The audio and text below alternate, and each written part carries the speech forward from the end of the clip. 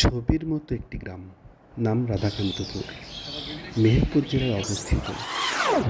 গ্রামটির এক পাশ দিয়ে বয়ে চলেছে ভৈরব নদী, অন্য পাশে গ্রামের ঘরগুলো।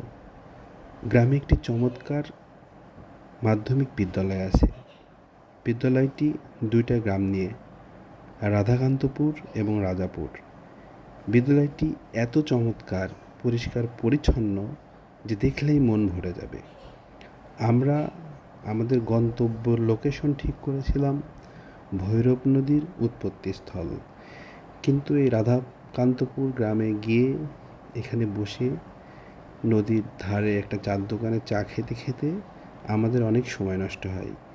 গ্রামটি খুবই চমৎকার এবং খুবই মনোমুগ্ধকর, দেখে খুব মন ভরে যায়।